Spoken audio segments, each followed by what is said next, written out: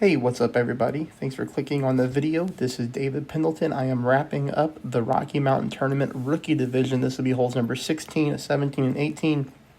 Good news, both my accounts are going to easily qualify onto the final round, so I'll be able to provide that content for you on Saturday morning. All right, I swallowed my water wrong, jeez. All right, let's go here, hole number 16. So I want to talk about this one for a minute because the replay here that you're going to see is 2.2 mile per hour, which is as low as you can get rookie division with a navigator ball. So it's probable that you're going to get higher wind. If you get higher wind, you're going to need to move my position here a little bit over to the left. I want you to start by going 1.9 back, 1.8 back, something like that. Yellow ring at the rough, just like this. Look at the ball guideline. This is going to be very easy for you to see. You're going to notice here that the end of my ball guideline is aiming at the dead center of that dark green square. So the very end of my ball guideline is just breaking into the dark green square after spin dead center. Now, what happened on my other account? Well, what happened on this account? When I went to play the shot for real, I got hit with 3.4 mile per hour wind. Since I have the hole-in-one here, I decided to aim at the exact same spot as what you're seeing. I ended up missing it to the right-hand side, but not by much. On my next account, I got hit with 2.9 mile per hour wind. I decided to move this target over a smidge to the left, and I dropped the hole-in-one dead center, just like you're seeing here. So higher wind, move this target over just a little bit to the left, okay? A really good opportunity here for a hole-in-one on hole 16. Hole 17, 0% max, going with a katana ball here. I'm going to apply my spin at 6 top, 1 bar side spin to the left.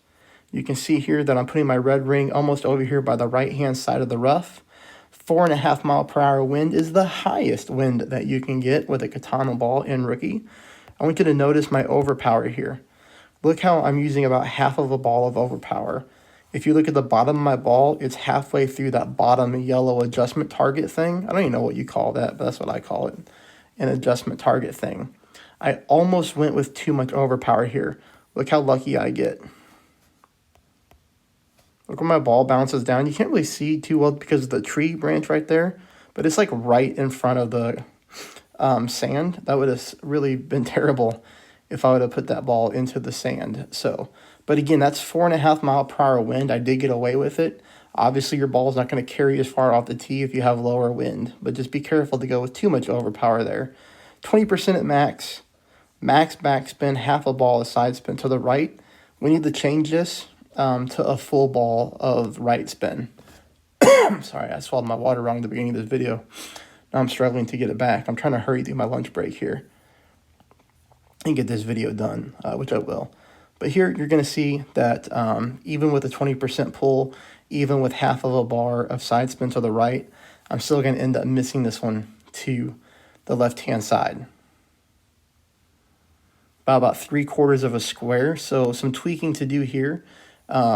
We might even need to play at higher elevation, but the thing with the backbone is when you bump up the elevation, you know, it only changes by a few decimal points each time. That's why I would start with 1 bar of side spin to the right and see how it goes.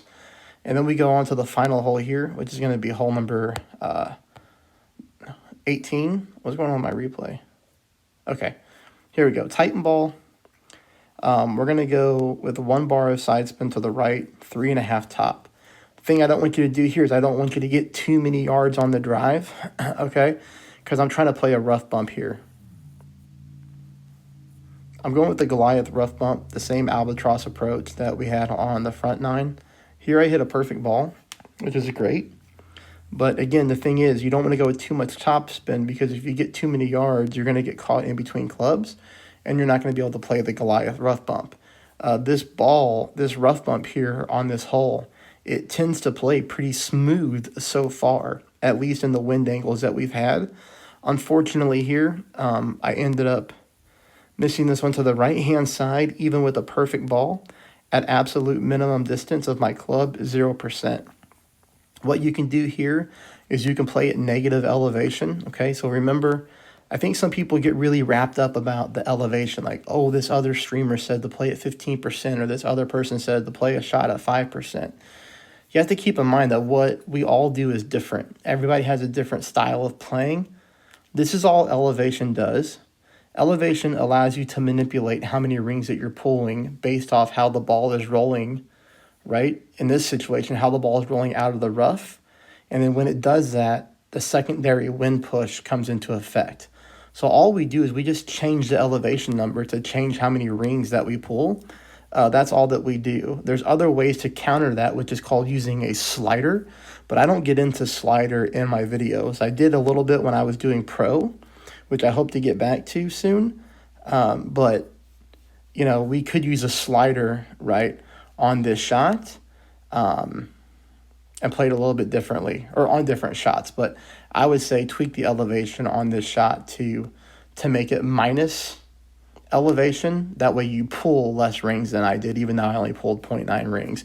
Hey, I hope that makes sense. I hope you found everything helpful. Please subscribe if you're not already. Please smash that thumbs up, and I'll talk to you all on Saturday.